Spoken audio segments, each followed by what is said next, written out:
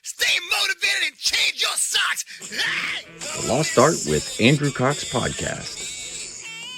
Marine Corps League and Till Valhalla Project Ambassador. Now streaming on all major podcast platforms. Thanks for tuning in to the podcast as giving a voice to our veterans. The Lost Art with Andrew Cox. Hello, my friends, and welcome back to the Lost Art Podcast, that podcast giving a voice to our veterans. I'm your host, Andrew Cox, and today we're having a part 11 with Mike Fallon. But if you're enjoying the podcast, make sure you go to the website. That's thelostart.podbean.com. Go check us out, see what we're all about. And there's a couple ways you can help support us. You can do that by clicking on a one-time donation on the website, or you can become a patron. That's a monthly donation, or you can go in and just get you some cool merchandise. And of course, if you have a business, you can always advertise here on the podcast. A big shout out to the Till Valhalla Project out there doing some amazing things. If you don't know anything about them, go check them out. I'm telling you, it is an awesome thing that they got going on, and they do have some awesome gear, but that helps them in their mission as well. You can go to see them at tillvalhallaproject.com.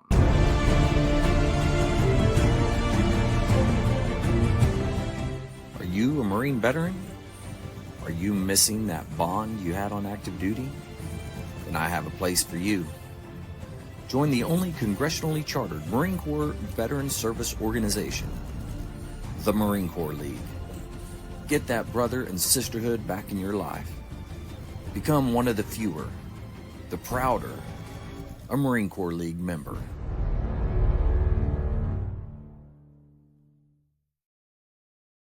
We are back here. I got Mike Fallon here, and I just had to represent, because he's got a book coming out here very soon. So I had the hat he sent me. Check that out, man. Hill 119, Recon Marine OP. But that, I think, correct me if I'm wrong, August 15th. Is that correct? Very nice, very nice. Well, Mike, you doing all right today? I'm doing great. I'm looking down at my phone, just trying to multitask.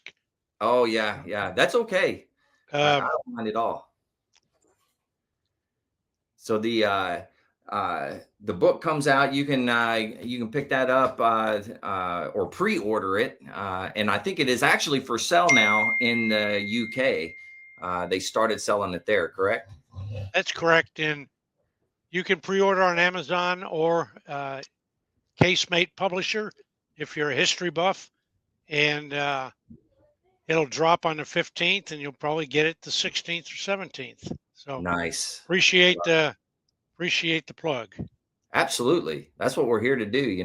Help each other out, and I appreciate you. And you've done more than help me out. I mean, you've given me so much information and so much for the podcast here, as far as your story and then the history behind everything that was happening during that time frame. So thanks. Well, hopefully somebody else besides you and me are interested. But I think so. There's people that are listening, so that's a good thing. We like to do lessons learned, as we say in the Marine Corps. So last episode, we were kind of winding up on Okinawa, the number 5 best scuba diving place in the world. Right. Any questions there for Okinawa, AJ, before we hit the transfer button? I not really. One of the big things and you stayed with the MEF that whole time, correct? While you were there? Yeah, start to finish. I was G3, G7. I tried to get out. The 31st Marine Expeditionary Unit came open unexpectedly, and I went to my boss at the time, Major General Wayne Rollins, and said, "Look, I'm the best qualified guy for a short-term fill," and he said, "Yes, I agree you are." I said, "So are you going to give me the command?" He said, "No." He said, I like what you're doing in the G3, G7. The G7 was a certification organization. So he said, "Who should get it?" And I said, "Well, if you truly are not going to give it to me, I respect your decision. I had already had a colonel's command. I was just being greedy. My G3 operations officer was Colonel Frank Hicks, a solid infantry officer out of Kansas City.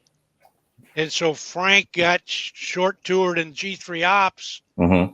and got to go out and get the 31st MEU for a while. And we just took an all-star lieutenant colonel and bumped him up to G3 ops. And Nice. it all worked out good. As I said last time, 3MEF spans the Indo-Pacific Ocean, and with 119 exercises a year, I certainly, nor did the CG, go to all of them, Mm-hmm. but you were responsible for the planning and the budgeting, and you certainly went to the big ones. Right. And so quite a expanse in the Pacific and the Indian Ocean, and learned a lot. I actually took a vacation one of the first times in my life, and went to China. We had good relations then with China after the Nixon thaw, the Kissinger-Nixon thaw, and Mm-hmm. family, and always been a bucket list item for me. So we went and did China, and that was pretty awesome. Pretty Yeah. awesome. Now, what all did you get to see when you were in China? Most of the tourist stuff. We went to Shanghai, of course, is an international city, and I've read a lot about Shanghai, and the 4th Marines had spent a career and a half there. So we went there, and downtown Shanghai is still an international city, and its vibes. It's, of course, skyscraper all over the place. Mm-hmm. I went to Tientsin, where my mom and dad met. That's the coal port up on the Yellow Sea, and then we went up to capital Beijing and looked at Red Square, and there you easy jump out the Great Wall. We did a day on the Great Wall, Wow. checked those boxes, and then we got on an airplane and went down to Xi'an, Xian. I might be saying it wrong, but that's the home of the Terracotta Warriors, and that's Okay. when the Emperor of China, when he decided he was going to go to the next life, he was going to take an army with him. And so he built life-size clay models of every type of soldier he had in formation, Mm-hmm. and buried them to guard his tomb. Just a fascinating place. And they're still excavating, and we get to see the warriors. And Wow. Xi'an it's in the middle of China, but they consider it the West. Xi'an was the last stop coming to China if you came on the old Silk Road. So Okay. if you left Venice, Mm-hmm. you could go from Venice to Constantinople, Istanbul today. You could go overland, or you could take if you had the money, you could take a fast sailboat down to Constantinople. But then you started on the long journey on walking, riding a mule, or riding a camel, Right.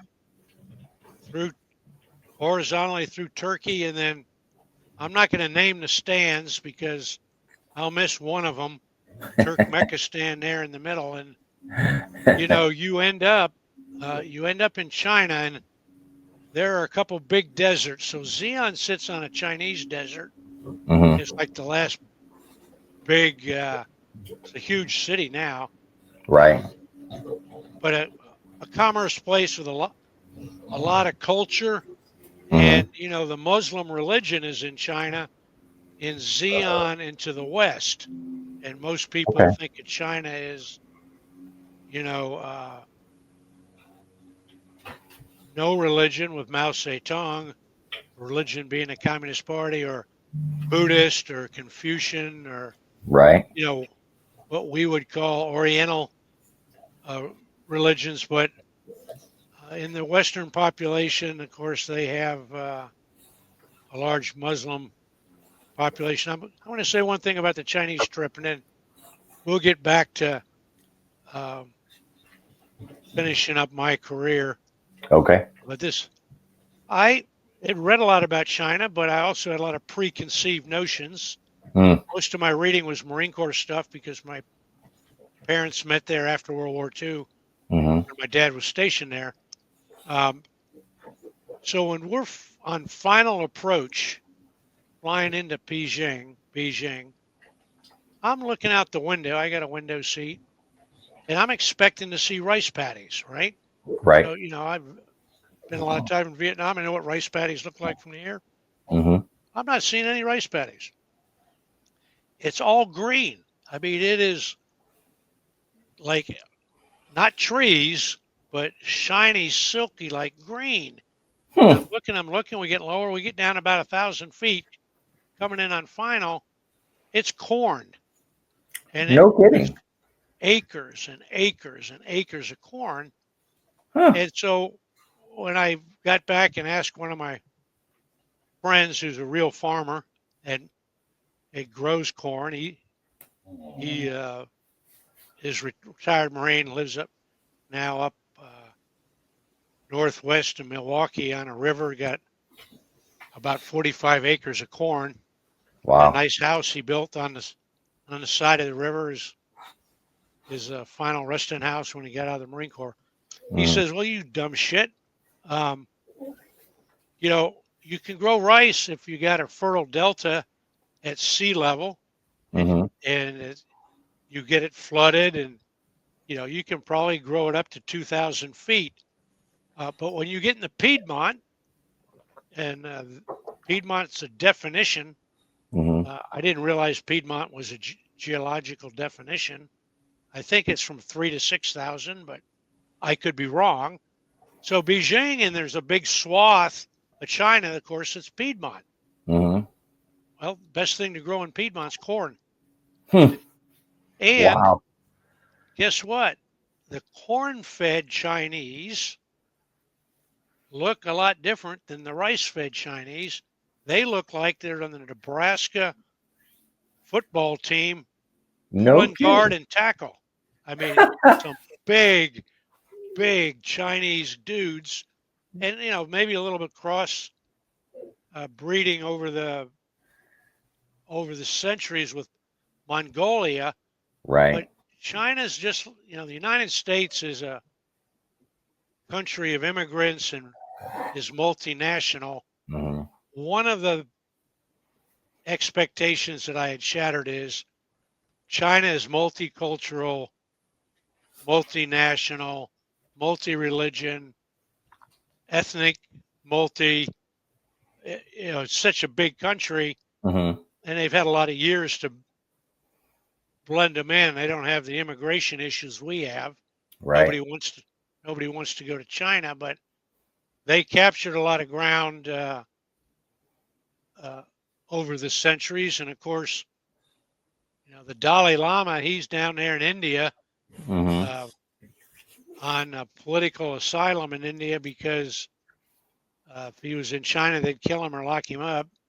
And China, of course, from a military perspective, uh, owns Tibet, claims it as a province. Right. The Dalai Lama and his religion and tribe claim it as their home. So enough of that little Chinese 101. Big eye opener. The trip was an eye opener. Corn fed Chinese, multi ethnic, racial country. And when I sat back and thought about how big the country is and large the population is, Mm-hmm. kind of made sense. Right. Yeah, for sure. Wow. So trip of Great. a lifetime. Got to take advantage of it. Another Yeah. good deal being in the military. Get to go overseas, and when you're overseas, you should take your time off and look at some of the good cultural events. Yeah. You're in Japan, you got to climb Mount Fuji, get that big Fuji stick. Of Yeah. course, we have a training base on Mount Fuji, and we actually have a live fire range. We, the Marine Corps, They have a I didn't know there was a training live base, fire range. live fire range, artillery. You can't shoot all the bags, but you can loosen things up there, and Wow. it's like 1/4 of one side. It's a fenced off area, and you shoot into the side of Fuji. Huh. And Wow. we have a Marine expeditionary camp there, and the grunts use it all the time. And Yeah. it's a good little place. The ranges are pretty limited, but Mhm. anytime you can pop a cap, build confidence, zero your weapons, it's good for the Marine Corps. So I'm Absolutely. finishing up in Okinawa in 97, Mhm. 1997. Seems like yesterday to me. And your good friend, the monitor, calls, and where do you want to go? And I said, I want to go to Tampa, Florida, and be in CENTCOM. I was in Desert Shield, Desert Storm.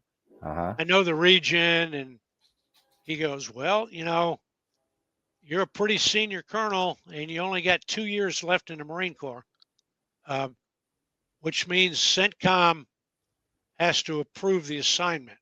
Right. And I said, well, okay, well, no harm asking.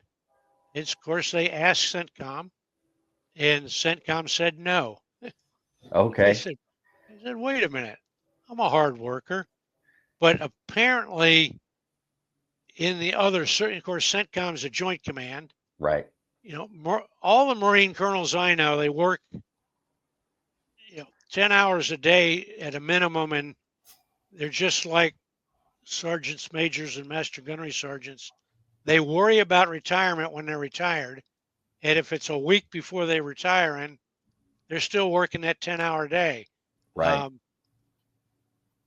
So some of the other services sent, I won't even call them their right rank, sent 06s there that were going to Florida to retire and spend their last 2 or 3 years on the government dole, but really didn't want to do any work.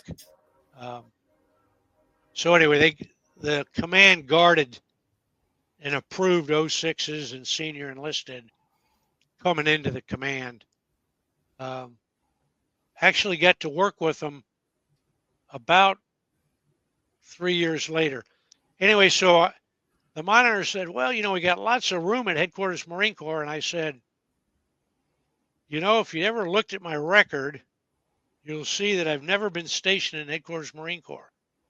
And I will retire in place if you do that. I'm not interested in learning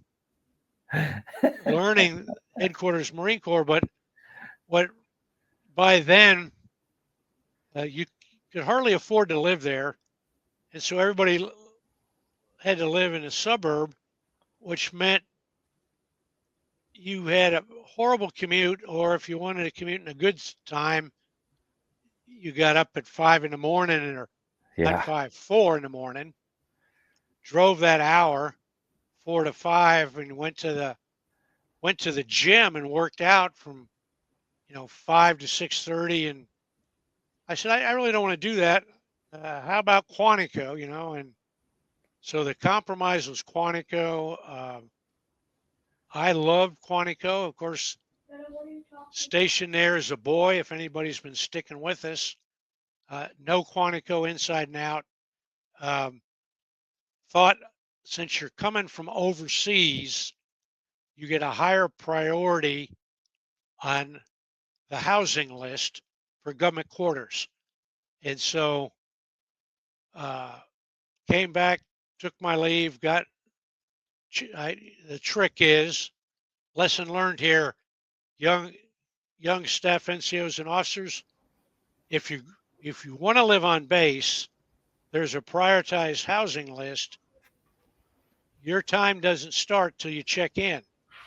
So when Oh, you wow. leave your last command, fly to your next base, check in, get the date time group stamped, then take your 30 days leave, go back get mom and the kids, visit the family, go to Yellowstone National Park when you're going cross country. Yeah. You'd come in 30 days later.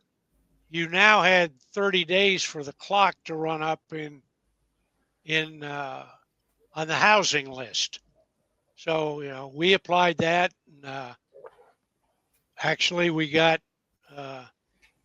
with the 30 days leave, we got what they call door to door. It really wasn't. It was back out of Okinawa, PCS into those overseas boxes went into storage Yeah. south of Quantico and that right on the other side of the Chapawamsek. And then they came and got a nice set of quarters right on the first ridge line.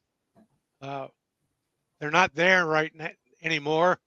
There are quarters in the same exact lot. It's a real narrow first ridge line that comes up the hill. The general's house is still there, the 3-story wooden mansion in the woods. It's really a nice house with super horrible maintenance problems because the Marine Corps doesn't put much into maintenance, but been updated over the years. Anyway, further up the hill, got a nice set of colonel's quarters, and they were 1-story white and front door and 3-bedroom, 2-bath, back porch that looked out into the woods, and Very 1-car nice. garage. Very, very adequate, very nice, and got in there and went down and checked in with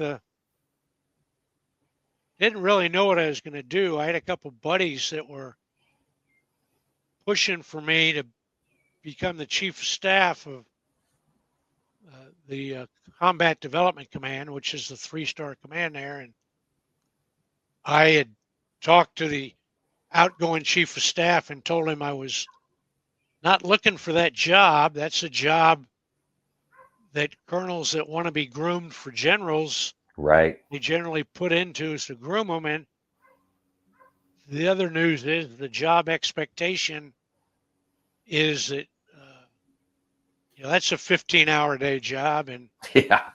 Yeah. That job's crazy. and you learn a lot. So General Krulak was is the commandant, Hmm. and before he became commandant, he was Mar 4 Pacific, Hmm. and of course Marine Forces Pacific 3 MEF works for them Right. when you don't shop to a combatant commander. So in administrative and training and exercises and war plans. Hmm. So I professionally knew General Krulak, worked together there the whole 3 years he was in Hawaii. Hmm. I'm out in Okinawa, work with him and his 3. So his 3 was a guy named Tony Wood, and got to give credit where credit's due. When Krulak became commandant, Hmm. he decided to make some changes Hmm. for what he thought for the better of the Marine Corps. And he made 3 big changes that were sort of external facing, not so much day-to-day internal facing, Hmm. but had long-term ramifications. He decided that the Marine Corps' experimentation needed to be fine-tuned a little bit. It had been done by the Marine Corps Systems Command. Hmm. That's the command that's tasked with, at that point, developing, testing, then acquiring Right. equipment for the Marine Corps. Hmm. And he thought if he split away some of the experimentation, the front end of that process, to Right. an independent command, that it would certainly be more responsive to him, and it Hmm. might be a fresh way to look at things. So we created what's called the Marine Corps warfighting laboratory. And the first director of that was a colonel that Krulak trusted and knew. That was his G3 for 3 years in Hawaii, Tony Wood. And so Tony came back, and got to give Tony credit. He's a controversial colonel because he knocks down doors and gets shit done. He stood up the lab, and then with Krulak's guidance, started doing experimentation. He brought in another colonel named James Laswell, who's super brilliant Marine, made him the OPSO. So Tony did the blocking outside, blocked generals off them, and went to meetings and got Krulak guided. And Laswell ran the experimentation and put some processes for experimentation. It's a good team. They did a good job. Wow. The second thing that Krulak remembered was something that I actually had a minor role in, but my good friend, Colonel Vince Goulding, rest in peace, he was the commanding officer of Marine Barracks, Yokosuka, Japan. And one of the classic great Marine Corps barracks was Yokosuka, Japan. Nice set of, really nice set of quarters on the naval base in the old rock quarry. And you're actually in one of the quarries that the Admiral's house is in there. In 1995, he's the CO there, and I'm down in Okinawa as the G3. We were really good friends back to same den in AWS, right? So he's a grunt and I'm a grunt. We're captains trying to figure out the Marine Corps in the same seminar in AWS. I'm looking at the news one morning, and the message board is blowing up. This is 5:30 in the morning, drinking my cup of coffee, and there was an attack by a terrorist group in the Tokyo subway. And so those two things in and of themselves made it unique, because there weren't a lot of terrorist groups in Japan, and it was an urban terrorist group in a subway, which makes things really hard. But their weapon was a gas called sarin. Sarin gas. Right.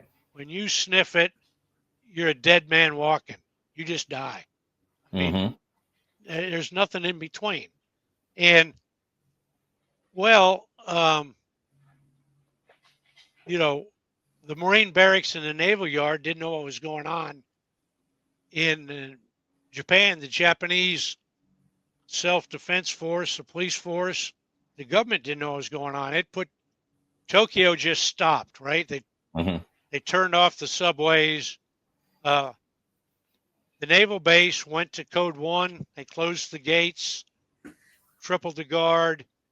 The important one for the Marines is a separate ammunition dump removed from where the ships are. Ships started getting out of port. What the ships do is they leave when there's trouble. So Master Guns comes in and puts his head in my office and said, "Hey, Colonel Goulding's on the line," and he says, "Interrupt you," and he has to talk. And, you know, when a colonel tells the Master Guns to interrupt, he recognized it was the CO of the barracks. He interrupted. It was the right call. And I said, "Hey, Vince, how can I help you?" He said, "Well, I don't expect you to understand the status of forces agreement for mainland Japan and the base here, but because of World War II, we were not allowed to have any NBC gear. Oh, wow. I said, what? He said, yeah, I got a Marine barracks. We got M16s. I got ammo. I got no gas mask. And Wow. I got no rubber suits. And I said, I'm all over it. You called the right guy. I'll call you back with the plan in 15 minutes. And each of the Marine Expeditionary Forces in their logistic unit, the Force Service Support Group, Right. keep what's called a training and allowance pool, Mm-hmm. TAP. That's another acronym, the TAP pool. And in it, it's a Noah's Ark of supplies Mm-hmm. for training, and some of it's specialized. Usually keep your cold weather gear there because you don't want to buy cold weather gear for 30,000. Maybe you keep Right. 2 battalions worth in there or something. Well, there was a supply block in there. So I called the 3 of the FSSG. I'll tell you his name here in a second. He's retired Marine colonel that does his recreation is upgrading and rehabilitating VW bugs Oh, and nice. VW vans, Okay. and he's turned it into a side business, and he's making money. And Mm-hmm. he loves turning a wrench on something in a vehicle that doesn't have a computer in it, right? So Right. he built himself a garage next to his retirement house that he built for his lady, and of course the garage is bigger than his home. Right. Uh, and I said, hey, you got uh, in the training allowance there, uh, gas mask, filters, brand new filters, and mop suits. I want uh, I want 500. I don't think the barracks staffed at about 350. I'll send 500 up. Maybe the Navy can.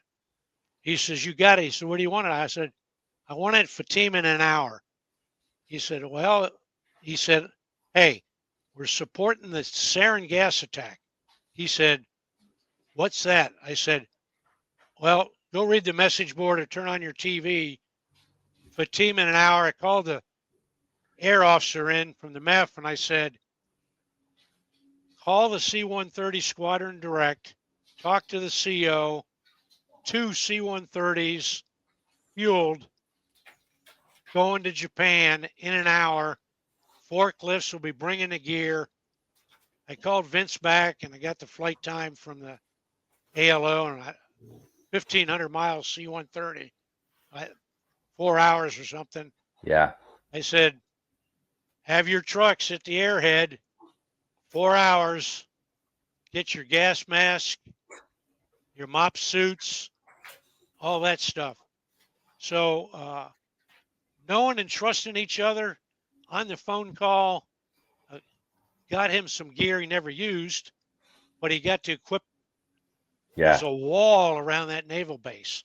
It looks Mhm. like a castle, but he got to equip his Marines, even if they were going to use riot control gear to keep all the Japanese that wanted to escape and get on the base. Anyway, that's the long way around. I've been accused of telling people the long way around that General Krulak, well, when it was all over, General Krulak said, write an after action report. Mhm. It's the right thing to do.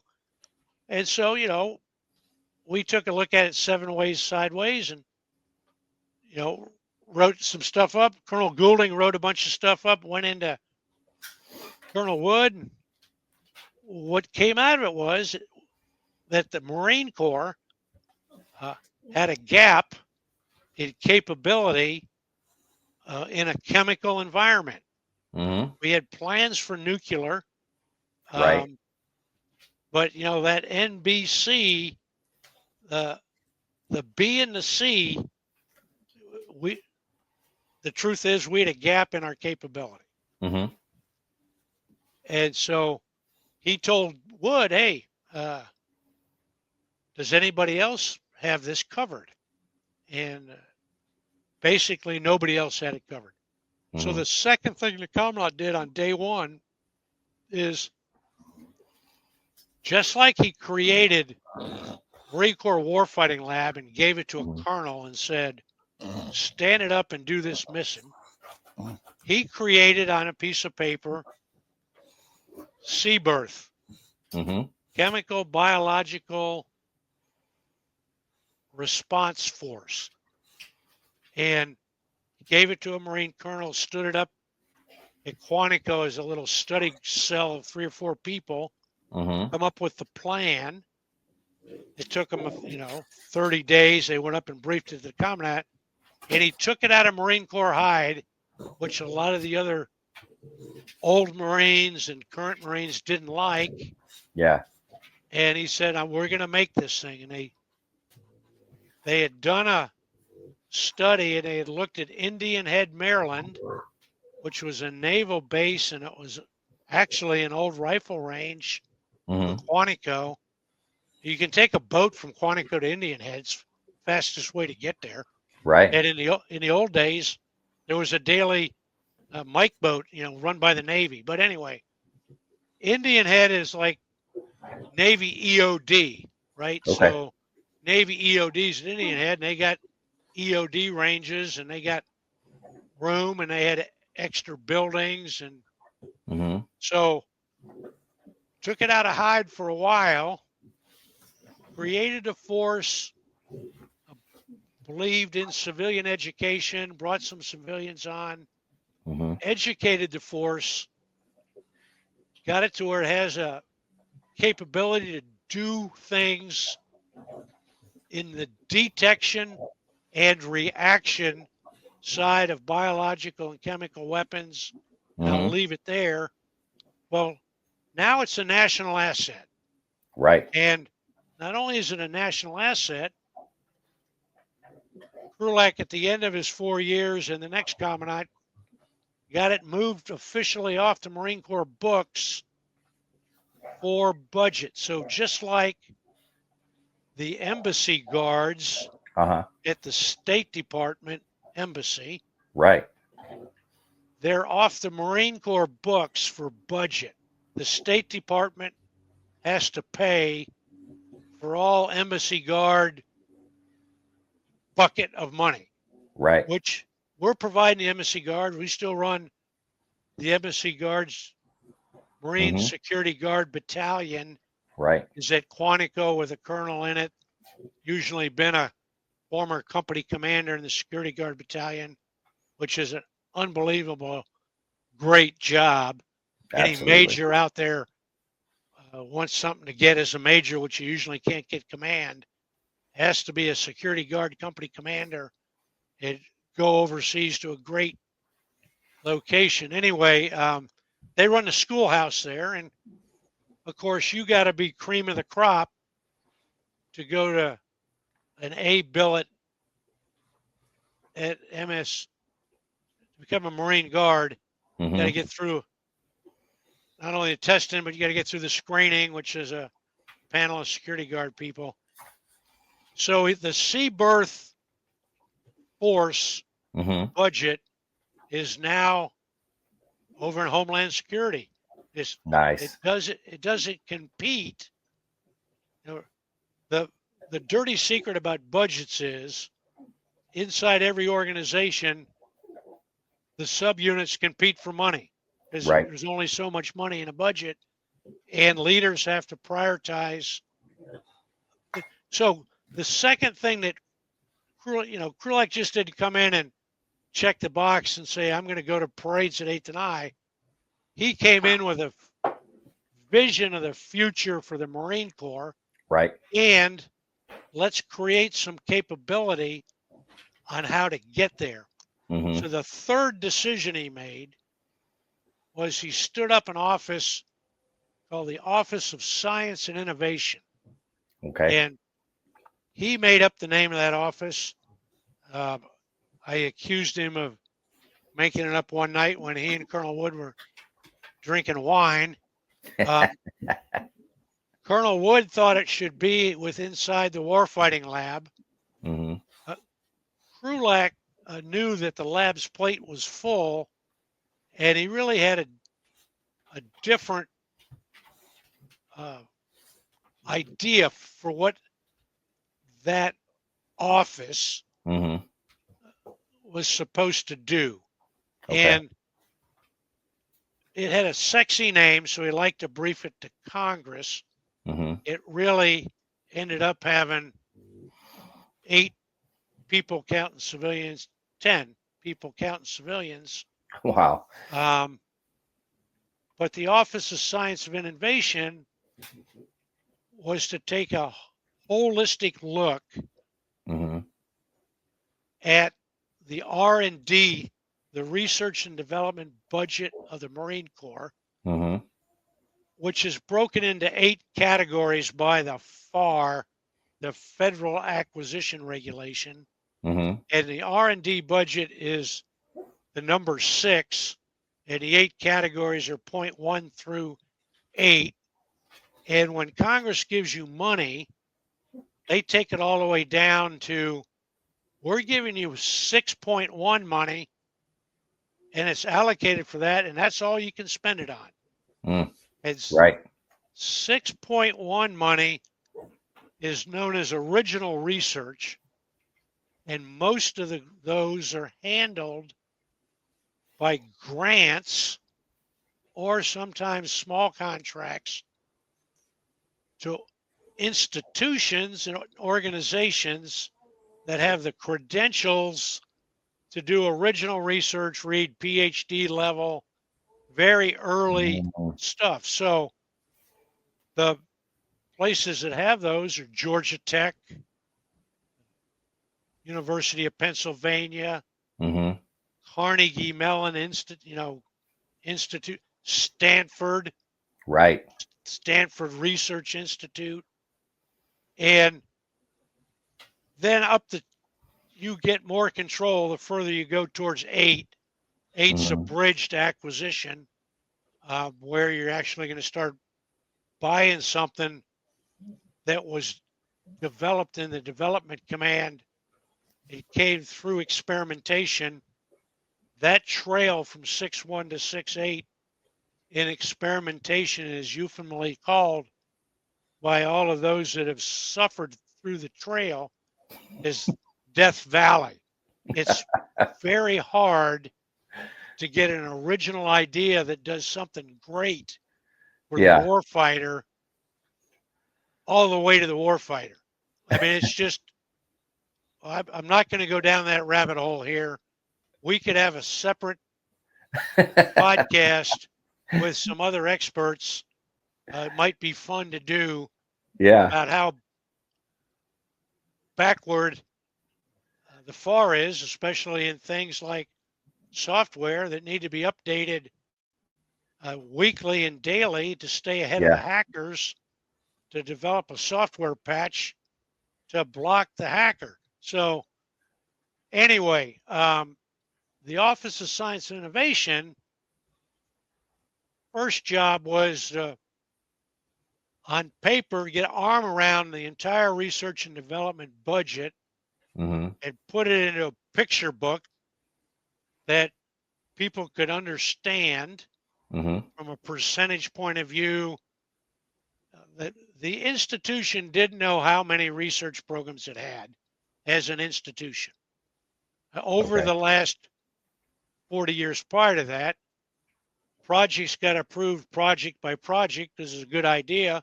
Let's approve it. And of course, once you approve a government project, it has a lifetime of its own that runs for 30 years.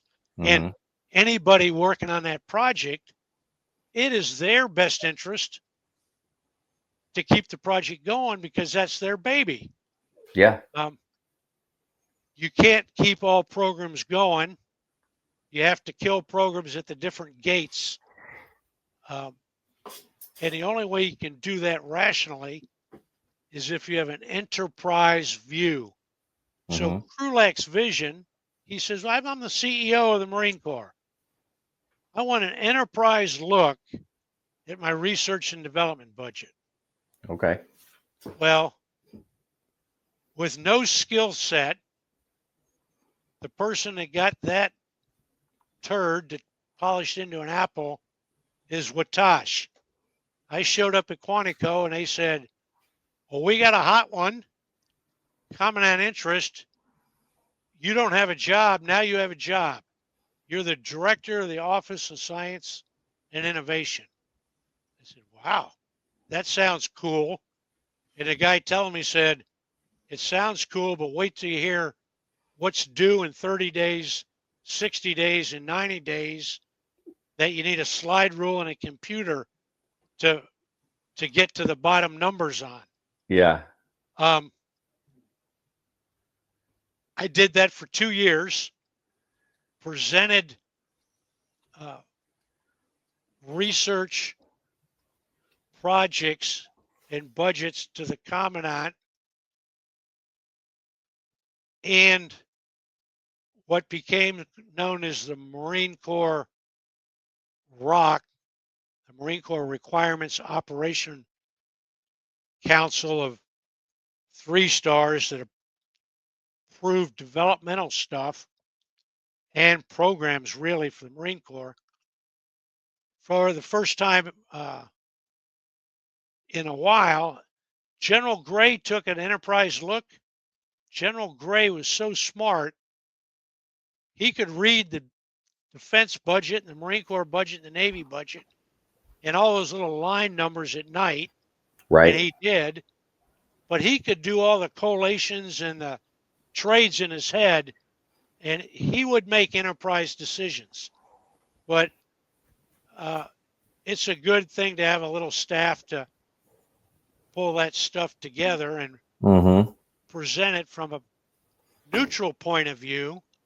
And of course, I developed a lot of enemies because when you have an enterprise presentation Uh-huh. and somebody's going to make a decision about budget allocation, Right. those, at the end of the day, if your project lost money or got zeroed out, Uh-huh. oh, you can't yell at the Commandant. You yell at the office that did the paperwork. I'll give you an example. The first thing, we created a database of every project. Then we went through and created a 1-paragraph a definition of the project, Uh-huh. and then added the timeline, what phase it was in research and development, and where the money was coming from. Mm-hmm. Little snapshot. And I'm going through there, and there's a project called Project Algebra. And Okay. it was a one-liner. It said, to test combat theories. And the lead on it was the Studies and Analysis Group of the Marine Corps. So the Marine Corps has all the services, by the way, have a operational research staff. Okay. So an OR staff. So if you're an operational research dude or dudette, you went to Monterey or Stanford and you got a master's degree in operational research process. Wow. It means 2 things. You already got a big engineering brain, and they're Uh-huh. going to teach you from an operational research point of view how to compare stuff unemotionally. And Okay. so there is a group that happened to be, it's in the development command. It's in the same building I was in. We called the Now- building the Death Star. I Now don't know those if this are still- that in that group that are those Marines? Marines and Marine civilians. Okay. It's headed by a colonel that's got a civilian deputy that at the time was a GS, not a G, was an SES T, technical guy. Okay. And he happened to be the senior one in the Marine Corps. There are not a lot of SES technical guys in the Marine Corps. And so his official title was he was the science advisor of the Marine Corps. And he was an SES, so in front of that office building there in Quantico, up by the general's parking places, there's an SES parking place, and used to PT at noon with good Colonel Goulding, and we'd take our jog out and go downhill past the parking lot, and there's this banger of a car in the fourth parking place, Yeah. and it was a vanity plate, and Uh-huh. and on the plate was the word algebra, and I said to Vince, Vince had been there, he got there from Yokosuka a year ahead of me. Yeah. He came back to the same building and became the director of concepts, Uh-huh. and had to. I didn't want his job. Vince could write. I'm not Yeah. that good a writer. Krulak said, "Hey, you got to write 6 concepts in 6 months." Whew. Okay. Krulak was a man that knew where he wanted to go and Yeah. was not afraid of putting taskers out and telling people to move out smartly. All those concepts, by the way, have moved into Marine Corps operational procedures and how we do things. I'm forgetting the Uh-huh. right word, doctrine, I guess. But coming out of Vince's office, OMFTS, Operational Maneuver from the Sea. Okay. Well, we made up the acronym on the whiteboard in his office. Then we wrote the concept. General Gray had maneuver warfare. Yeah. So this was taking maneuver warfare to the ocean and applying Marine Corps principles, Uh-huh. the first of which was you don't stop at the beach like Iwo Jima, because then you Yeah. become a big target. And we all know all the big casualties on Iwo Jima came on the beach Yeah. because the Japanese had zeroed in and practiced shooting their artillery at the black sand beaches. Iwo Jima has black sand. Oh, It's yeah. a volcanic island, volcano rupture fissure, old fissure of black volcanic ash in the ocean wearing down the beach. It's the finest granulated beach I've ever been on, more than a white sand beach with the ocean beating it down, and deep, thick, hard to walk in, black, powder fine sand that is the beach of Iwo Jima. Mhm. I don't know how we got to Iwo Jima. So, Vince Goulding wrote, he was the driver there in Operational Maneuver from the Sea. Credit Yeah. to Vince. So, I dig in, I go back, and I had a deputy and a civilian guy who was an OR guy, Mhm. actually, that I hired away from Monterey, tenured professor at Monterey, wanted to come. Guy's name, Dr. Mike Bailey. Okay. And I put out a notice in the government system that you have to if you're hiring internally, Mhm. that I was creating a SES 1 billet, operational research, deputy director, Office of Science and Innovation. 250 applications. Oh my God. Wow. And I have to do the sorting. I mean, you have to follow a procedure to select. Yeah. Well, out of that selection process, we get this young PhD OR guy, really young, really physically fit. You'd think he was a Marine on a Marine base out there doing PT with you. I'm interviewing him on the phone, and I say, okay, Dr. Bailey, you're a tenured professor at Naval Postgraduate School in Monterey, California. Uh-huh. I'd probably, cut off my right arm for that job. Why are you coming? Why do you want to take this job at Quantico? Uh-huh. He said, it's a family decision. I said, well, I don't want to be personal and prying, but do you mind telling me? And he said, no, my wife has cancer. The best place in the country is Johns Hopkins University, Baltimore, Maryland, for the Mm. type cancer she had. She's coming back there for treatment. It's for the long haul. I'm looking for a job as close to Baltimore. I'm in the government system. So I said, Mike, we got to go through the process, but you're going to have a job, brother. And he was the Nice. right guy. He was the right guy. Mm-hmm. Anyway, I called Mike in and the major, who was the deputy for OSI, and we're drinking our coffee. And I said, okay, I've looked at the database. What's this Project Algebra? It's not very much money. It was $5 million a year, every year, for the fit up, which is a 5-year plan. Mm-hmm. But the next fit up you're already drafting, which is the next year out, and you Right. can look back at the last 3 years, and it just clicks along at $5 million every year. And I said, well, who's the sponsor?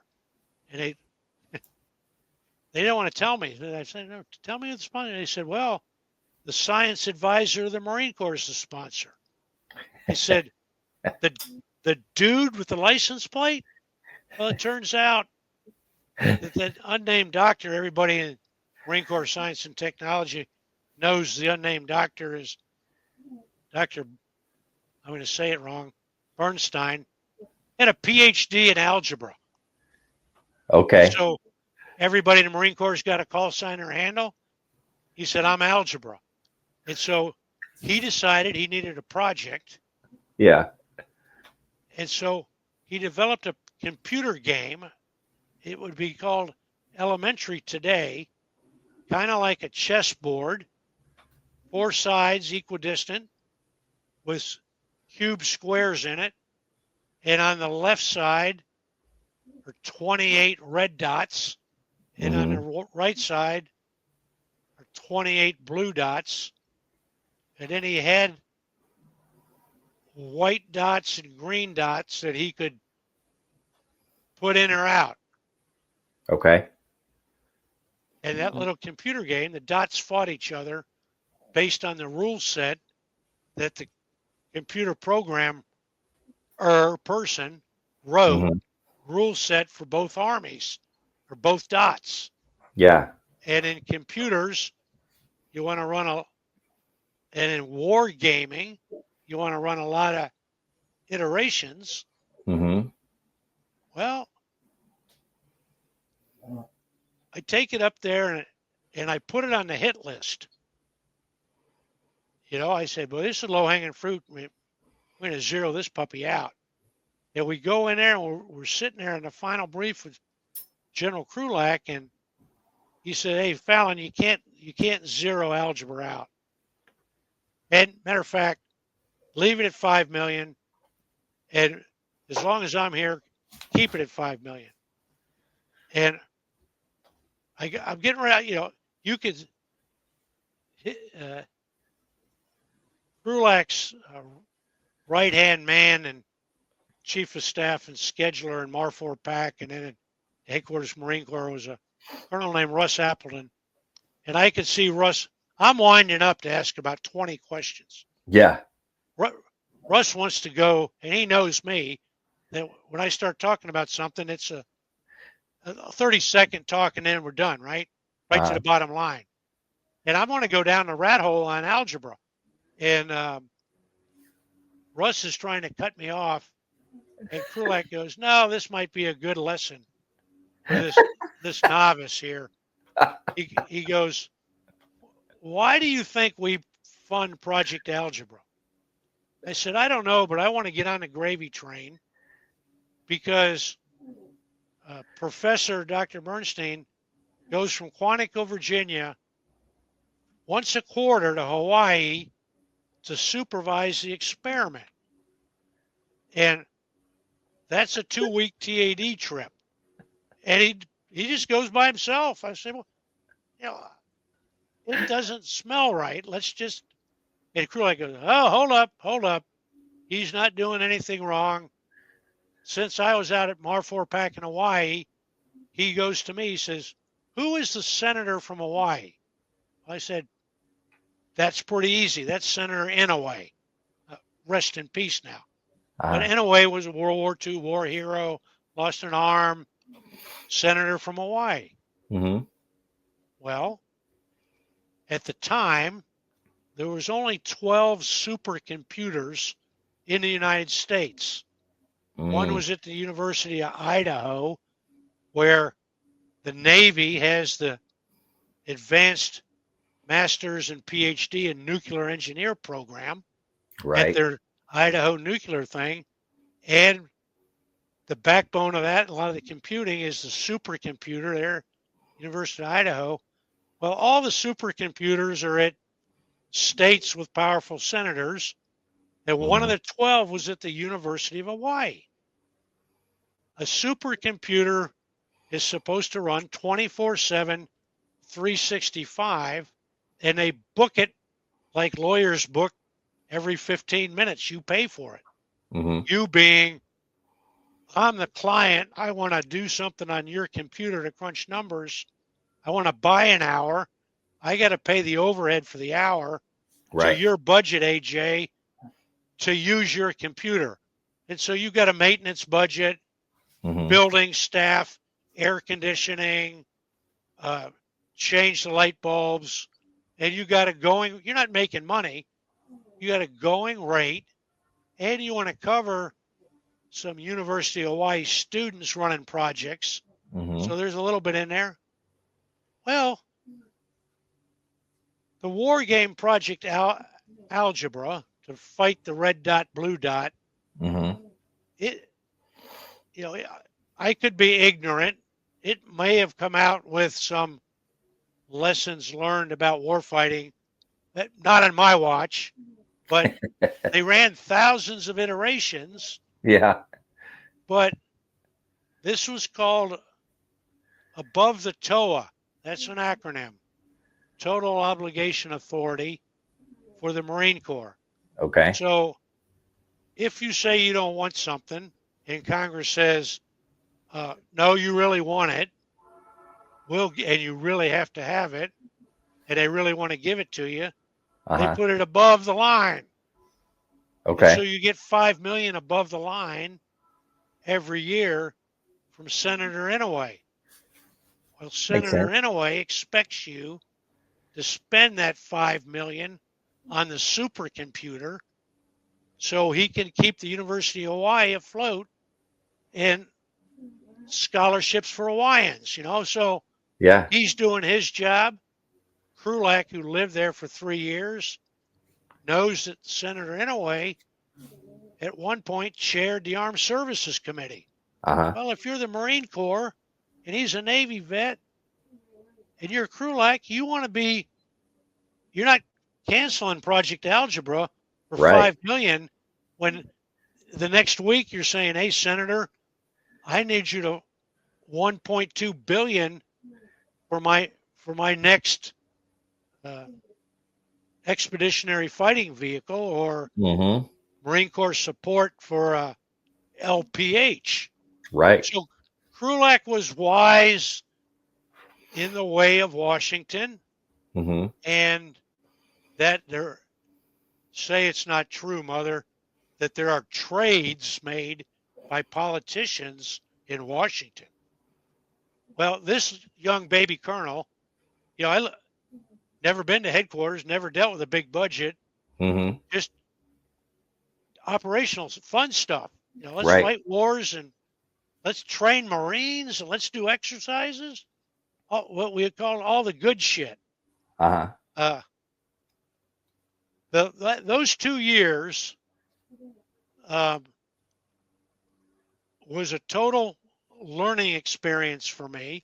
And I put on the student hat and learned from everybody.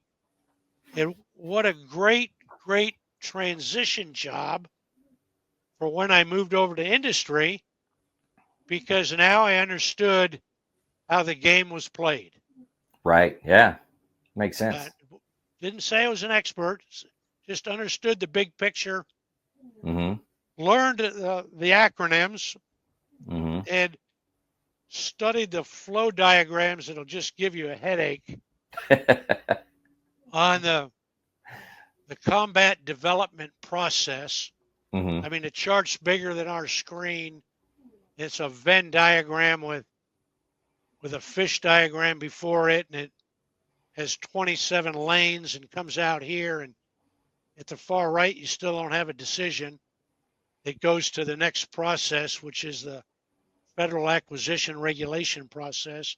That does another one of them guys, and you got to spend the right color money in the right year on the right project. I mean, it's Right. you would never run your family business or your big corporation the way we run government acquisition. So the Office of Science Innovation, I used to say overlooked it, and that upset some of my peers because we really didn't overlook it. We had the green eye shades and kept the R&D budget so General Krulak could make some R&D decisions. The office is gone today. It's been sucked up to where it probably should have been in P&R, programs and requirements, at Headquarters Marine Corps, which are the guys that ultimately do the big budget for the Marine Corps. Right. And that now they got the front end piece, the 6.1 to 6.8 up there. So the Commandant since then like to look at enterprise presentations because it helps to make it. If you're buying an aircraft with a 30-year lifespan, Right. you better look at the development process. It's 10 or 15 years on the front end of that before your 30-year life. You better take an enterprise look. And the good news is the Marine Corps does that. One of the other jobs OSI did, what cool thing, we made T-shirts and polos. Yeah, we're the Office OSI. But can't tell you, kind of like OSS, Yeah. but in between OSS and CIA, we're OSI. Yeah. But our cover name is the Office of Science Innovation. We can't tell you what we do because if we did, you want to kill us because we're the guys that take your money away. So we had a lot of fun. We had ball caps and T-shirts for working out and polo shirts. And we were the crew from OSI. Everybody hated us, but we loved ourselves. We oversaw a group where we had gotten 2 of the billets because to stand up a new organization, you got to keep the same head count. Right. So Krulak just took him from, here we go, lady, Mick Mismo. Mick Mismo. Ooh, that's kind of like the Mickey Mouse Club. Yeah. Mick, of course, is Marine Corps. Mismo is Modeling and Simulation Office. So we have an office called Mick Mismo, and it only because there's a joint requirement that every service has to have a modeling and simulation office. Huh. Why? Because you got to go to joint modeling and simulation meetings. Oh my God. It makes sense. Yeah. Well, you know, you gotta make sure you have the guys to go to the meetings. So it's important. Anyway, the Marine Corps today has a modeling and simulation capability in a new building at Quantico on a campus over by the river that's dedicated to modeling and simulation. It can actually do a classified model or a classified simulation or run a classified war game. So back in the OSI days, that was on a whiteboard as a dream sheet going to Krulak, and it's took 25 years. But so Krulak set up the warfighting lab to take a different way to look at experimentation and do experimentation. And it sounds like I'm a Krulak super advocate. And those who know me will say, no, I'm pretty much down the middle. I could probably name things that I didn't agree with his decision, but that's not, we're talking about my history. I want to give credit on those two things, Marine Corps Warfighting Lab and Seabirth, Chemical Biological Reaction Force over at Indian Head, Maryland. Mm-hmm. And then the idea to look at the R&D money from an enterprise level. It was a General Gray idea. Krulak put some process to it and then made decisions. And one of the decisions he's made was Dr. Bernstein got to keep Project Algebra, and he got to go 4 times a year for 2 weeks to the Hawaii supercomputer, talk to the professor who ran it, turn it on, run it for 24 hours, change one rule, turn it on, run however many iterations, a supercomputer, print out all these big sheets and come back and say we're making progress with the blue dots. Well, who won? Oh, we haven't had any winners yet, Colonel, but do we have any objectives? No, we didn't write in any objectives. Can you tell me how many dots were killed? Nope, can't tell you that. I can show you some algebraic algorithms, but holy moly, chicken and pie, kiss the girls, I want to die. I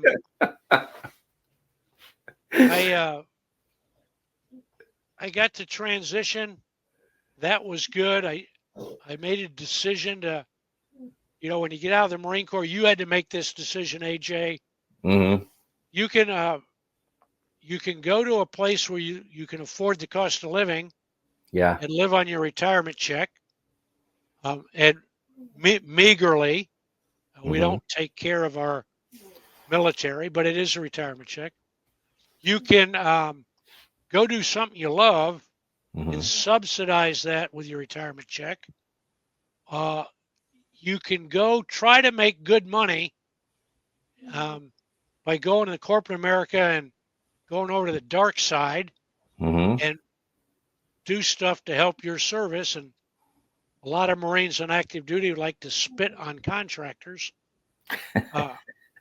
I made a decision that where I was with my family and college education's coming up and bills, that I would try to go to corporate America and work as a contractor. I was very fortunate because it coupled with the Iraq and the Afghan war, which meant there was a 22-year need for the military industrial complex that General Eisenhower named to keep supporting our military. And the hard truth is you don't fight without the civilian corporate backup. Right. And it's gotten, the pros know it. The pros are the logisticians. And the pro logisticians know that 155 ammunition comes from a GOCO plant. Hey, ladies, GOCO, government owned, contractor operated. Why would you have to do that? Well, no contractor would run one at a loss. He would close it. Yeah. Well, the plant in Scranton, Pennsylvania, that they's now running 24/7 on 155 howitzer ammo, because we're supplying Ukraine, and Rocket Man in North Korea is supplying Russia because Russians shot all their 155 stuff. So now the 155 stuff coming to the Russian army is on the long train from North Korea across Siberia coming over to the motherland to go to our 155 stuff. We can't make it fast enough. It's a universal howitzer. It's used by both sides for brutal attacks. Oh, the Arty guys will chide me. Yes, we have fusing and warheads now that make it precision guided. Yes, we have rocket assistant rounds that can shoot a little farther, but the real problem is it doesn't go far enough. And so you have a range distance challenge. We won't fight that argument here in the red blue dot game in the Hawaii supercomputer. But the point is contractors are part of any army that fights a war. In recent years, it's bloated closer to the tip of the spear. Contractors are not the tip of the spear. Some of them got pretty close in Iraq and Afghanistan, in what was known as security details, when the government active duty didn't have enough forces to warrant all the security details at the level of security that the person traveling to the X location needed. Right. So that became a business, but so did water, beans, bandages, 155 rounds.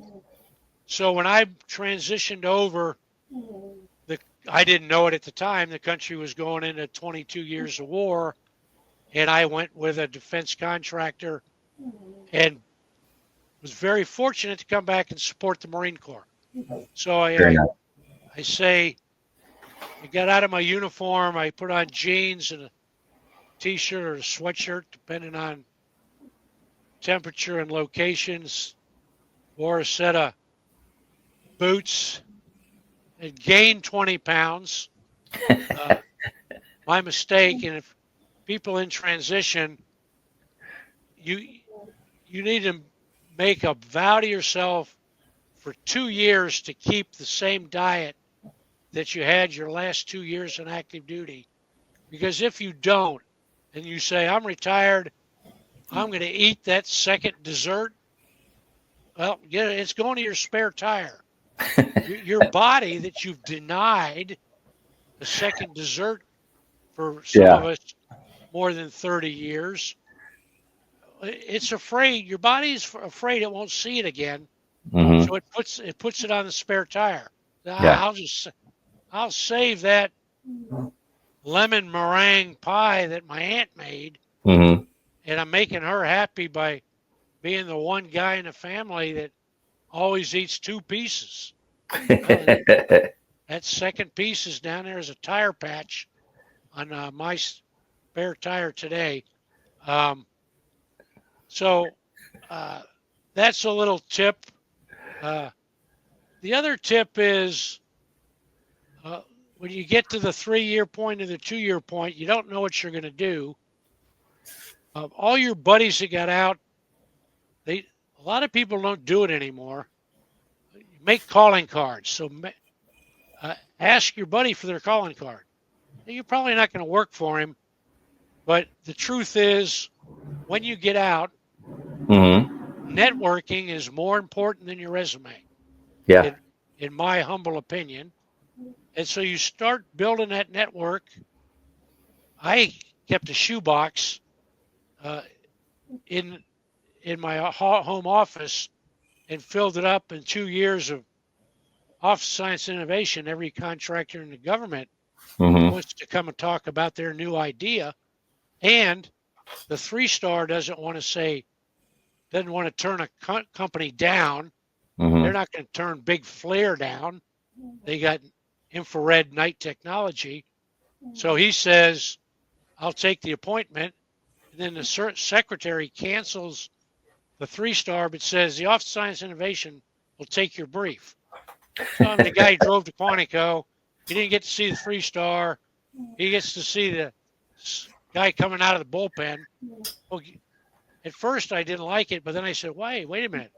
I'm hearing about all this new technology. Yeah. We got the title.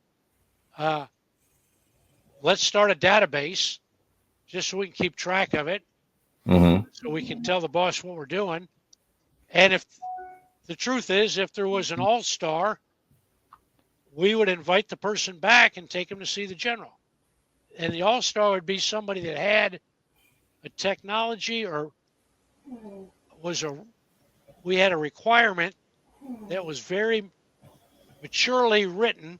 Mm-hmm. We were the requirements command in front of the acquisition command. And this little technology met the requirement, like a round peg in a round hole. Mm-hmm. Well, let's show it to the 3-star, and then let's throw it over to the acquisition command and say, hey, brothers, how about you guys take a look? Here's the requirement we wrote 5 years ago. Mm-hmm. And here's this guy's technology where he's made a self-feeding generator. Right. It runs on multi-fuel. Holy moly, the Marine Corps went to multi-fuel engines, except generators that kept going on diesel. Mm-hmm. That's dumber than dog work. We better have it. Today we got multi-fuel generators. Yeah. But, there was a day when we didn't. So we got to look at that kind of good stuff. So we were talking about transition. So if you always wanted to be the high school football coach and you're retired, you can do that. Mm-hmm. And you go back to your hometown with 800 people, and maybe it bludgeoned out to 1,800. You can volunteer to be the volunteer coach and work your way in. Right. And you can live off your. But if you got to put kids in college, or you got somebody that has a medical need, Mm-hmm. one avenue is industry. And so the tip is collect everybody's calling card, or at least their email. I guess the thing is airdrop it to me. Yeah. Hey, brother, airdrop me your contact info. Yeah. I thought I was going to jump out of a plane, man. I said, I'm all in. I was at this conference 20 years ago or 15. The guy said, I'll airdrop you. I said, yeah, when? Where do I suit up? I haven't jumped in a year. Let's go. Oh, you dumb shit. You got to put it on your phone and put it in that long list. It's called networking. Yeah. And then pick the 2 lanes. And I would tell the guy, sit down with your family and discuss, share with them that you've got to make this decision, Mm-hmm. and make it 2 lanes. 1 lane is where we're going to live. Right. And some people want to say, I'm going to be totally flexible. I'll live anywhere where the job is. Those guys waste a lot of time flying around on their own money, Mm-hmm. or driving around being totally flexible. There are quality jobs everywhere in the country. So, hey, Mama's moved for 20 years or 30 years. Mama, where do you want to live? Okay, I want to live in, I don't know why, Oklahoma. Boom! In Tornado Alley with hot summers, but some of us live in Oklahoma. That's true. That's true. Or I want to live in Arizona. I don't know why. 118 yesterday. But good state taxes. Oh, yeah. I would say pick the general region, and that helps you narrow the focus on if you're going to be a soccer coach, Mm-hmm. you're going to start your own business, Mm-hmm. or you're going to work for industry. Right. And then when you're looking, that helps where you network. Mm-hmm. And you network by joining this thing that AJ's trying to get you to join for sentimental reasons. I'll tell you, you join the Marine Corps League Mm-hmm. because it's the biggest network in the country, Yeah. and they're all Marines. And if you're looking for a job, everybody who's working in the Marine Corps League knows somebody that's looking for somebody Yeah. that knows how to run a roto-rooter. Mm-hmm. Maybe you did that as an apprentice, and that's your bridge job. Mm-hmm. You're not going to get your dream job 1 in 1,000. Yeah. So take a bridge job, get past your ego. I was a senior drill instructor, and then I was a first sergeant. Then I was a colonel of Marines. Hey, the day you retire, you could be wearing a mic like this, sitting in Wendy's in the drive-thru. Yeah. Guess what that Yeah. is? That's cash flow. So get Very over digging into your emergency fund. Mm-hmm. Take a cash flow job in the hometown mama wants to be in. Mm-hmm. Go figure out where you're going to live. That'll define the parameters. And then use the last 2 or 3 years of however you collected the calling cards or airdropped. So now you go on the offense.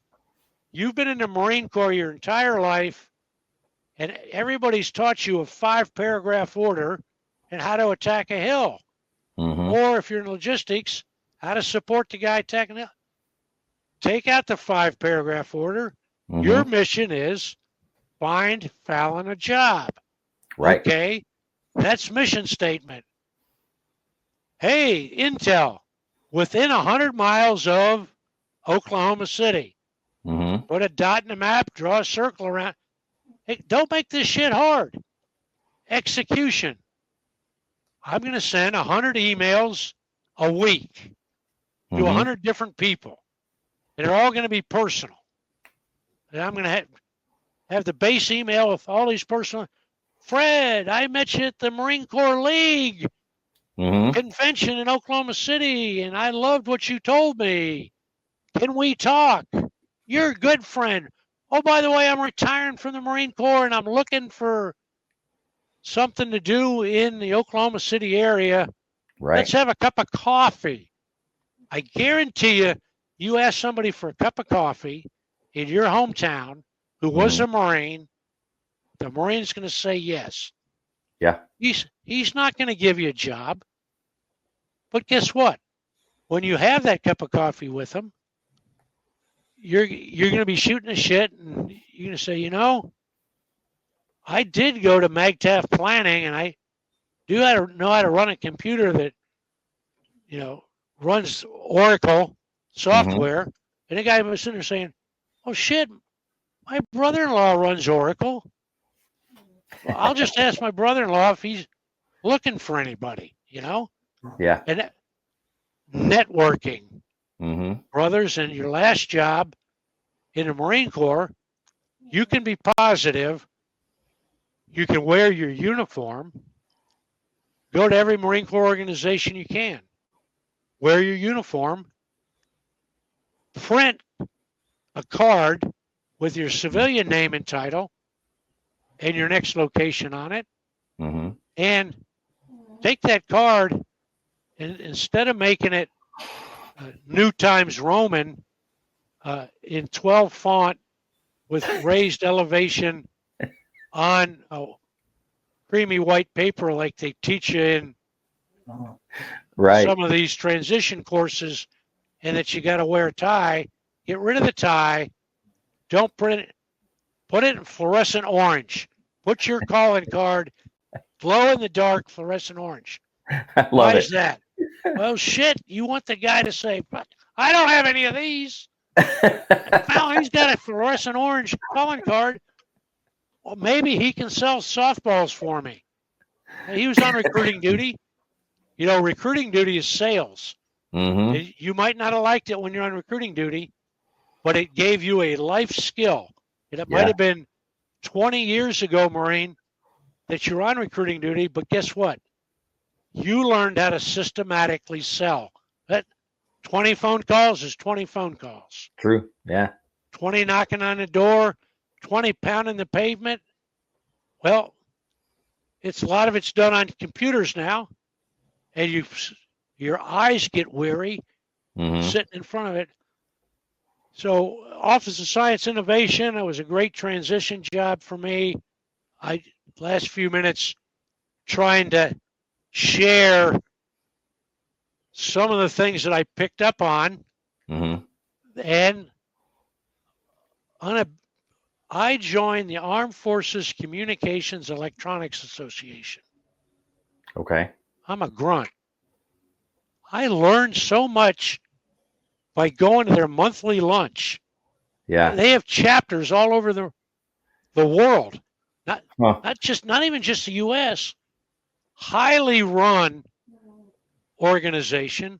I think now the chairman of the board, is a guy named Lieutenant General Shea, who was Marine Corps Lieutenant General Communications Officer, who became the J6.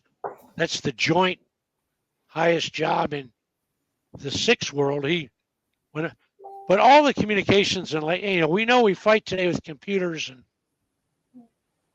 electronic warfare and radios, and even grunts know how to fight in a multi-domain battle. Right. Hey, grunt, go join the FCA chapter. Instead of PTing that third Thursday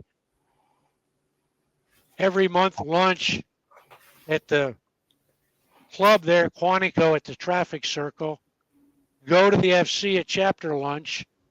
There'll be 30 former Marines in there that work for every electronic company working Quantico. They'll have a guest speaker in active duty, usually from the Requirements Command or the Acquisition Command, speaking. You go and join a chapter and sit in the back room for a year, collect calling cards. Why do they want to talk to a grunt? Everybody supports the grunt.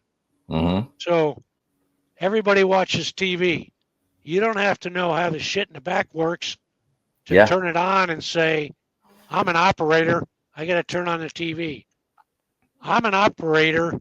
I can help your company define the requirement of how much intake a driver can take in a new driver's helmet, from how many radios he listens to what he can look at on his heads-up display that we're showing on the windscreen of his vehicle now, just like he's a Top Gun pilot.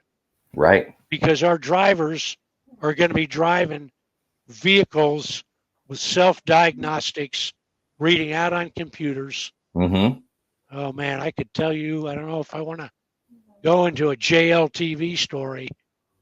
It's probably too soon. Oshkosh should probably take me to court. JLTV is a great vehicle. Oshkosh, a great company that built vehicles and cracked its way into the military vehicles. And boy, they're doing a great job with a line of big ones. I learned a lot about JLTV. When sometimes when you have a hobby and it's cars, and your uncle has a lowrider, and that's really cool, and he's got a little hand thing there next to the shifter that can use air to make your springs go up and down, and he can put a music on, hit that thing, and your car on all four of those springs can dance to that music. Marines, got to tell you, the drivers of the JLTV know it can do it. The shock absorbers in a JLTV are pressurized. I'm not giving away any secrets. Nitrogen. And the JLTV can kneel. You know that school bus or that city bus in downtown that has to kneel because of the ordinance that says you got to be able to take a wheelchair and get on it, and then when the bus is done kneeling, that right front tire comes back up? JLTV can kneel. One of the reasons it kneels is, joint light tactical vehicle. It's supposed to be joint for everybody. Well, it's a baseline, then everybody puts their stuff on it. The Marine Corps version, because I can't quote what the Army version does, can kneel because when you load it on a ship, you got to gripe it Ooh. down with chains. Yeah. Well, if you had a high vehicle, Mm-hmm.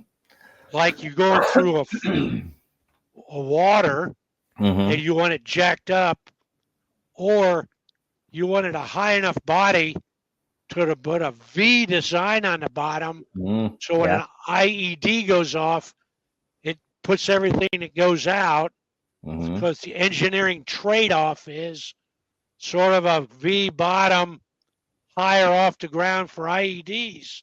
Right. But if it's too high center of gravity and a ship takes a 12-degree roll, which for a major ship is a big friggin' deal, Yeah. you're going to put some vehicles on their side or crack some chains. But if you kneel it Mm-hmm. and it's only got 1 inch to the ground Right. from the V, and you gripe it down, it's a different center of gravity, engineers. Yeah. Guess tactically, you don't get stuck in a JLTV in Camp Lejeune in the swamp anymore. I mean, you could bury a Jeep, all 4 tires. If you were good and stupid, you could bury a Humvee in the swamp, all 4 tires. Not JLTV, man. Why?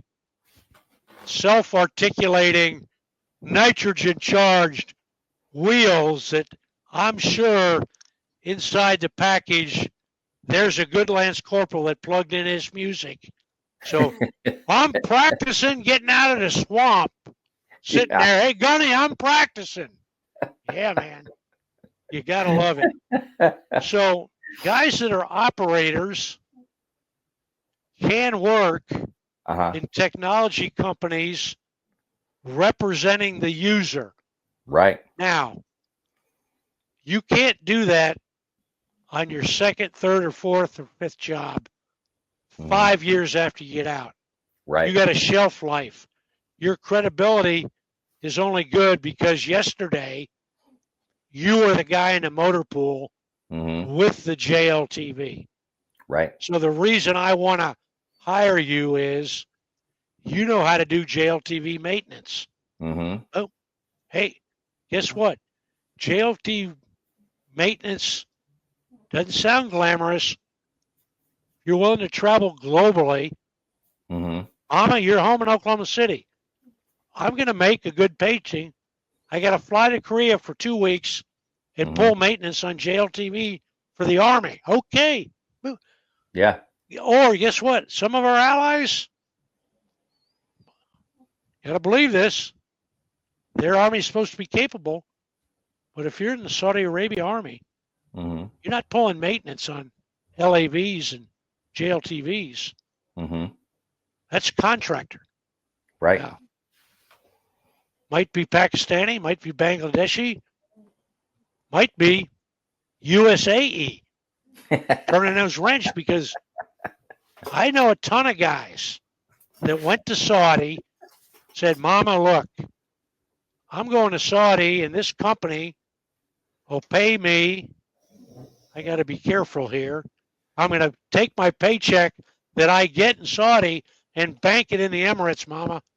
And then we're going to be able to build that dock you want, and I'm going to be able to buy that boat I want, and it won't be a canoe. Yeah. It might have a Johnson inboard engine in it. Heaven forbid I buy something with a Johnson inboard engine on it, get on the Lake of the Ozarks, and go have a good fun time. I love it. Okay, I should stop talking about transition. I'm not making light of it. For your family, transition is your next job. Yeah. Because you're the food train, brother. Unless you have a wife who's equally as talented and you got the 50-50 deal, and you're going to coach soccer, drive the school bus, make the meals, do the sewing. I got a brother-in-law who's Mr. Dad, high-powered legal guy, he's having more fun with the kids than you can shake a stick at. Yeah. And he's busier than a hoot owl. Mm-hmm. And every organization loves him because he used to be the only male in a lot of the groups he was in, Mm-hmm. and he could organize stuff, right? Yeah. So everybody believed him, and everybody tended to do what he asked him to do. Mm-hmm. So he got satisfaction out of that, but he's also contributed to the Parent Teachers Association, Little League Baseball organization of Arlington, Virginia, Mm-hmm. that has a rule book thicker than the federal acquisition regulations on uniforms, field. I mean, I told my brother-in-law I'd never get in that organization with that rule book. But get your next job by doing what you know how to do. That's being organized as a Marine, Mm-hmm. and organize your transition.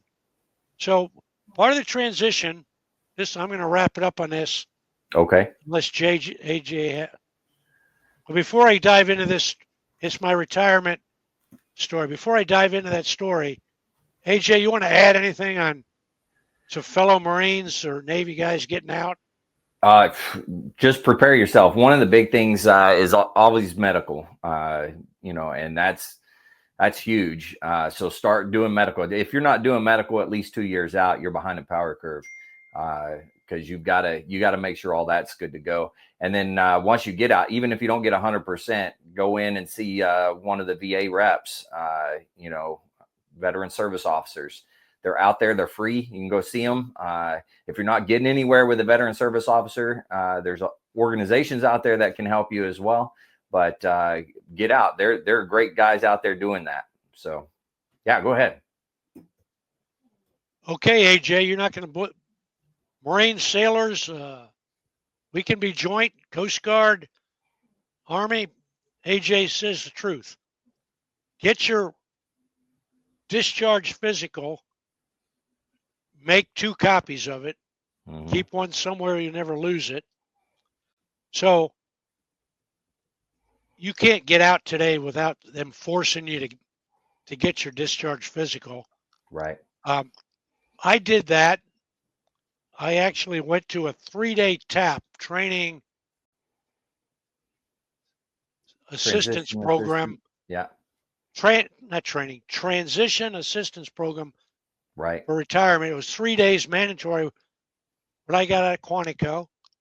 And the guy stood up and said, as soon as you get out the first week, go to the VA and get a VA physical top to bottom. Mm-hmm. He didn't explain why, or I was not listening. Probably I was not listening. I got out and I got a job right away. Mm-hmm. I had 4 days off. The 4th of July weekend. I was lucky. I got a job, and I jumped on the road. And I was scared, just like recruiting duty, because hey, this is a commercial organization. I don't know the ins and outs. Right. So, I'm back to the old 15-hour mode. That's the only thing I know how to do. So I did not get a VA physical, AJ, for 20 years. Wow. And when I got out, I thought I was in good health. Mm-hmm. I got out. I was a 290 PF tier, and Mm-hmm. probably 2 years prior to that, I had 30 years at 300. I mean, Wow. take care of your body, your core. It's done me good for later life too, Mm-hmm. because my body core has got that base. Anyway, there was nothing wrong with me in my discharge physical that the Navy doctor told me. Mm-hmm. Nobody told me to go to the VA and get bad knees, bad elbows. I didn't go drink beer with one of my old buddies that they gave me the inside gouge. Mm-hmm. I'm talking to an unnamed 3-star who's really a good friend of mine 20 years after I retire. Mm-hmm. And he's complaining about the VA. And I said, oh, by the way, there's nothing wrong with this guy. Mm-hmm. He can't hear. He's got hearing aids. He Right. says, I said, what's this stuff about VA disability? He says, hey, it's great. You know, if you're disabled, you know, there are benefits Mm-hmm. to your pay and your tax situation, and it's really good. And you know, if you're in the service for a career, you're probably disabled. And he says these hearing aids are great, and they're from the VA. Mm-hmm. And I hear that from everybody, that hearing aids are really, the VA's done it right somehow. Yeah. On hearing aids. My wife keeps telling me I need hearing aids. The VA says I'm not eligible. I have high frequency loss and low frequency loss in a bell-shaped curve, and I'm just outside the norm for hearing aids on the VA criteria. I mean, I could go buy some myself. I make enough money to do that, or used to. But I think I can hear well. Everybody that knows me says you can't hear with crap. Anyway, so this guy says, this retired 3-star says, oh, I got 100% disabled. I said, you've been driving a desk, big mahogany desk for the last, you know, he was successful in the industry for 20 years and 30 years for that, 50 years. So I got pissed off.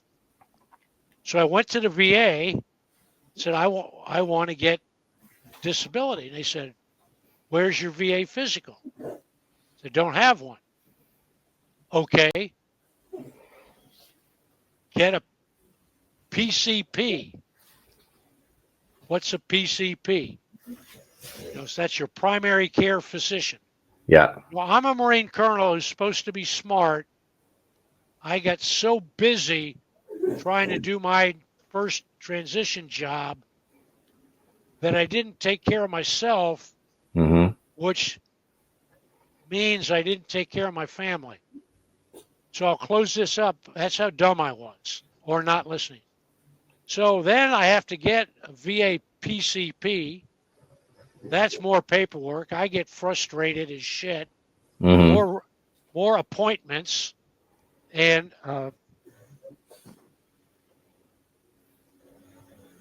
takes me 3 or 4 months to get the full physical. Right. So then I go in and I sit down with the guy, and I got my VA physical, Mm-hmm. and I found my discharge physical because I did do what the guy said. I put it in a Ziploc bag and threw it in the trunk, never looked at it. Mm-hmm. He says, and I said, my knees hurt. Yeah. So he goes in there and he looks at something. He says, okay, it looks pretty good here in your VA physical. Where is that on your discharge physical? Mm-hmm. Not there. He said, you got a 20-year gap.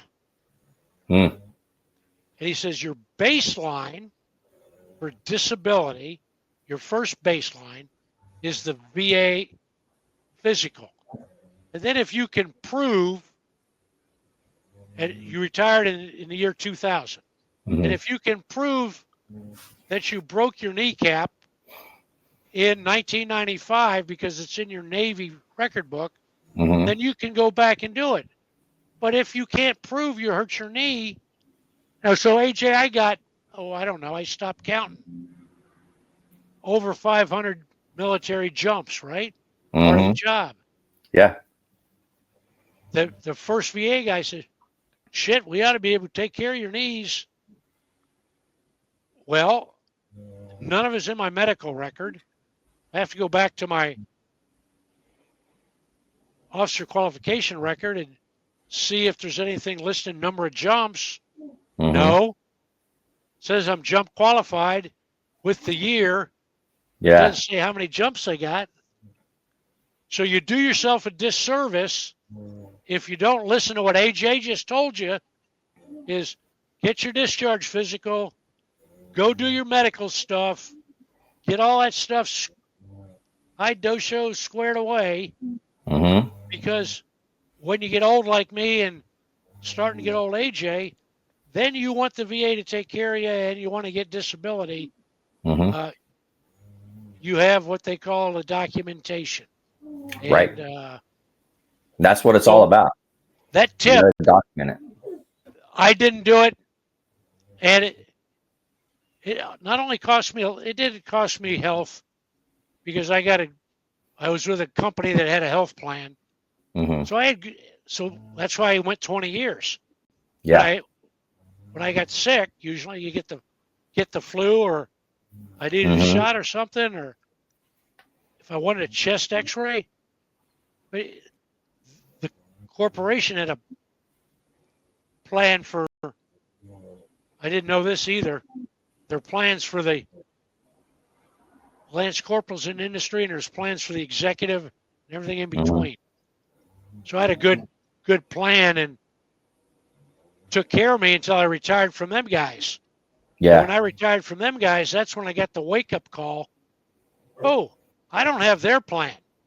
And they paid for everything. Mm-hmm. They said, "What? You're on Medicare." I said, "What? You're over 65, dude. You're on Medicare. You're on what's Medicare? Oh, you're on TRICARE for life." That's the second one. On figure out which TRICARE you're going to do from the 17 of them that are out there for your location. So ask the veterans geographically. You're going to get Medicare when you get to 65. Mm-hmm. Ask what TRICARE you should get, and then figure out from your employer, but get that VA physical, because I'm here to tell you that VA 15 years ago, people would spit on a sidewalk the service they got and the wait. They've turned it around. I've talked to veterans every day. You're getting world-class, I would say, everywhere. I have a clinic. I don't even have to go in Phoenix downtown anymore. Oh, I haven't even told my retirement story. I go to the We can come back Northeast and do it Clinic. again. I go to the Northeast Clinic. That's a short story. Northeast Clinic. I can walk in and do labs. Holy shit. On my schedule. Okay. I'm getting ready to retire at Quantico. If you retire at certain ranks, enlisted or officer, you've earned certain things. I didn't want anything. I was a staff weenie in a small office. I said, we're going to do an office lunch for the guys in my office and two ladies, great civilian Marines. And that's it. And my buddies were calling me up saying, hey, when's the retirement parade? I'm not doing it. I mean, the Marines at Quantico in headquarters battalion, they got enough stuff to do the regular job and fall out to see some colonel down there they'd never heard of. Yeah. Stand there and do, so not going to friggin' happen. The rule for retirees is it's your retirement. You get to do what you want to do. So I said, I'm good. I don't want to do anything. And I told my friends, I said, stop calling me. So for me, two of my good friends were upset. They called the retired commandant. I'm not name dropping here, but I guess I am. They called General Gray. Yeah. The General Gray had been a mentor, but you know I'm a Marine brat. General Gray and my father were tight, which meant General Gray knew my mother. And so I'm in the office one day, and the major comes running in. Sir, line one, General Gray. Nobody. Whoa. And it's General Gray was one of the first guys to get a mobile phone in his Jeep. He had a Jeep Nice. Cherokee Wagoneer back when it was new technology. Uh-huh. The great big box thing. Yeah. And he would always say, Gray on the mobile. He's driving with one hand, talking with a regular phone on the mobile. He goes, Fallon, you will have a retirement ceremony. It does not have to be a parade. You have to have a ceremony. I will come. Do you understand? I said, yes, sir. He says, do you know why you're doing it? I said, because you just ordered me to. No, you dumb shit. He says, you're doing this for your family. I said, Yeah. I've talked it over with my family. My family's tired of the Marine Corps. They are happy to be civilians. Yeah. They're like up to here. I still love the Marine Corps. Can you keep me in it? He said, okay, Fallon, you're holding it for your mother. So don't forget to invite your mother. Went right over my head. Yeah. Because I'd been traveling the world. She hadn't been to very many destinations. Mm-hmm. So my retirement ceremony, AJ, I said, thank you, sir. I gave him the date. We were about a month out. The date was 30 June, right? 30 June, 1999. I said, I'm going to retire in the Command Post Pub in Quantico, Virginia, on the main street. Yeah. And the ceremony will be on the first deck in the back of the pub. I knew the owner was a captain who got out 30 years prior to that and opened the place up and then sold it, made a lot of money. But I said, that's it. One of my buddies called and said, you got to have a ceremony. So I said, okay, we'll have the national colors and unit colors. And he said, you got to be in uniform. So the uniform will be utilities. The retiring officer, myself, the person reading it, will set up the colors, no color guards, just the colors in the stand. No speeches, no nothing. And there are boos on the back side of it. Yeah. I put the word out. AJ, I don't remember very much of what happened. I did appoint one of the junior officers in my office. The only orders I gave for the retirement, that you will be General Gray's aide. He came in a golf shirt, and I put on it casual.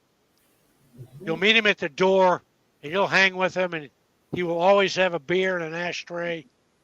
And I reserved a booth right. When my mother came, she got there first. I put her in the booth. General Gray came, sat in the booth with her. Other people kept coming over, shaking his hand. The officer I told it was going to be the aide wasn't in uniform. He grabbed him and said, turn around, stand at parade rest. You can drink a beer. Don't let anybody talk to us. And he talked to my mother for 2 hours. Wow. We did the retirement ceremony, AJ. I got retired. All my friends came. We drank beer. Command post, you can go up on a roof. We went up on a roof, threw stuff on Quantico Town Street, came, cleaned it up the next day, and retired. I forgot about it. After I put my mother in a step-down living facility, story she tells to all her new neighbors and anybody she'll talk to. Yeah, my son's a Marine and he retired, but General Gray's my best friend. And at my son's retirement, I didn't see it, but General Gray, he and we drank beer and talked for, I think it's up to 5 hours now. Oh, nice. So you do your retirement for your friends. AJ, I told you I had a hard stop. I had 33 years, 9 months, and 12 days of being a Marine. I'm still a Marine. I loved it. Thank you for listening to me. I'm going to check out and Okay. get off. I told you hard stop. Let you close out. I'll talk Sounds to you good. down the road. Thank you very much for taking care of the Marines, Marine Corps League, and our veterans. Have a great Absolutely. afternoon. All right, Mike, you as well. Appreciate you.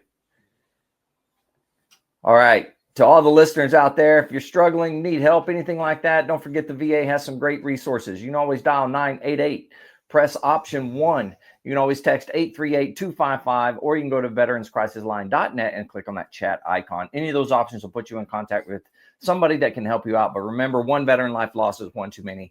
I care about you, and the whole veteran community cares about you. So please reach out for help. And if you're out there, you're not struggling, reach out to the buddies you serve with, ask them how they're doing. And if they need that helping hand, please give it to them. All right. Thanks for listening and tuning in. But to everybody out there, stay motivated, change your socks.